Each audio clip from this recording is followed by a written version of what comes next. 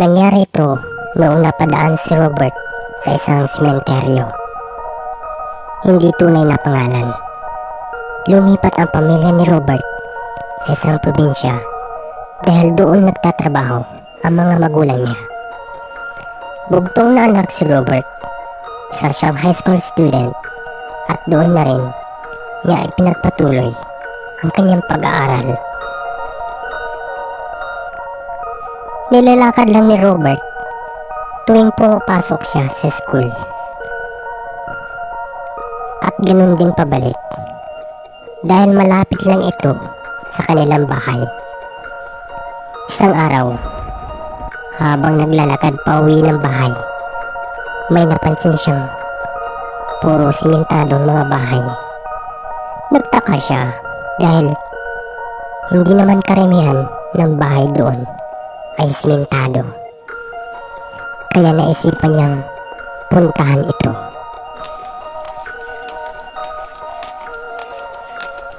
Hindi pa siya nakakalapit nang mapansin niya ang isang nakatayong krus. Lumang-luma na ito.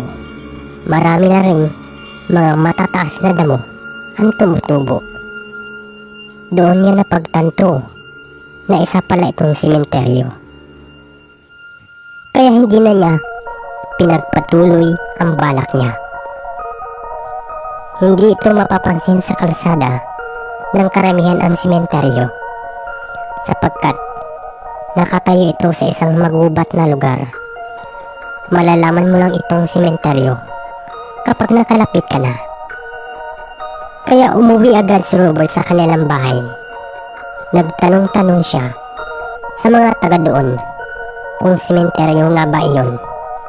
Ayon sa mga usap-usapan, abandonadong sementeryo ang nakatayo sa nakita ni Robert. Matagal nang hindi pinaglilibingan ng mga taga roon dahil may berbalang na aswang ang nakatira sa sementeryo. Ang mga berbalang ay mayroong hitsura ng tao, ngunit kahawig nito ang mga bampera. May mga pakpak din ito, at slanted din ang mga mata nito na parang pusa. Naghuhukay sila ng libingan upang pagpiestahan nila ang mga bangkay. Kinakain nila ito pagkatapos. Kapag wala na silang makitang bangkay, kumakain din sila ng tao. Kaya pinagbalaan si Robert ng taga roon na huwag pumunta sa sementeryo. Natawa na lang si Robert sa narinig niya. Sa isip-isip niya, sa buong buhay ko, may kahit isang aswang ay hindi pa ako nakakita. Kaya hindi totoo ang mga kwento-kwento. Isang araw, alas 6 ng gabi, habang pauwi siya, may napansin siyang parang naghuhukay sa sementeryo. Kaya pinuntahan niya ito. Nag-aagaw ang dilim at liwanag noon. Nang makita niya ito, laking gulat niya. 5 nagkukumpulang mga tao sa isang puntod. Naghuhukay ito. Nagtaka si Robert bakit hinuhukay nila yun. Nilapitan pa ito ni Robert ng dahan-dahan upang hindi siya marinig. Nakatago siya sa isang sirang pader na may maliit na butas. Nakasilip lang si Robert habang pinagmamasdan niya ito. Kinilabutan siya sa nakita niya. Isang nilalang nakakaibang anyo. Slanted ang mga mata nito at may mga sariling pakpak. Doon niya napagtanto na totoo pala ang mga kwento-kwento na may berbalang na aswang ang nakatira sa sementeryong ito. Maya-maya pa'y nagsitawanan nito nang matapos sila sa paghuhukay. Nakatingin lang si Robert habang kinakain ng mga berbalang ang mga bangkay na nahukay nila. Nanginginig si Robert sa takot. Dahil doon, aakmang aalis na sana siya nang biglang nasagi niya ang mga nakakalat na mga lata. Kaya lumikha ito ng ingay. Narinig ito ng mga berbalang.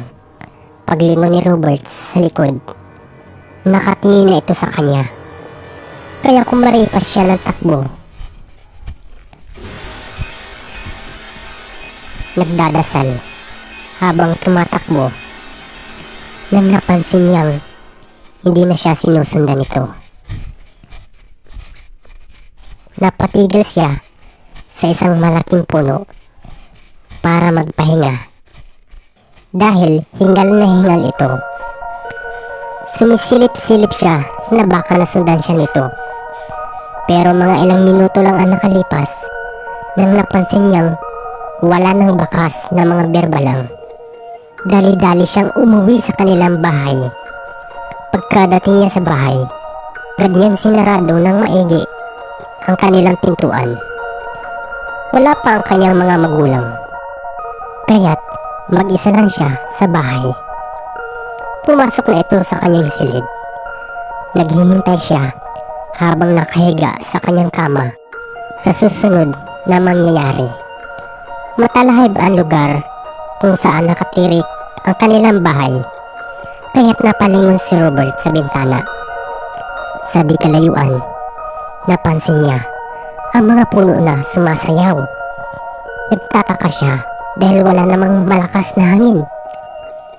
Tinitigan niya itong mabuti. Sinusundan niya ng tingin. Kinabahan siya dahil papunta ito sa kanya. Dahil sa nararamdaman niyang takot, nakalimutan na niyang isara ang bintana. Nakabukas pala ito. Isasara na sana niya ang bintana nang biglang nakapasok ang berbelang sa bintana dahil sa sobrang bilis lumipad para itong eroplano.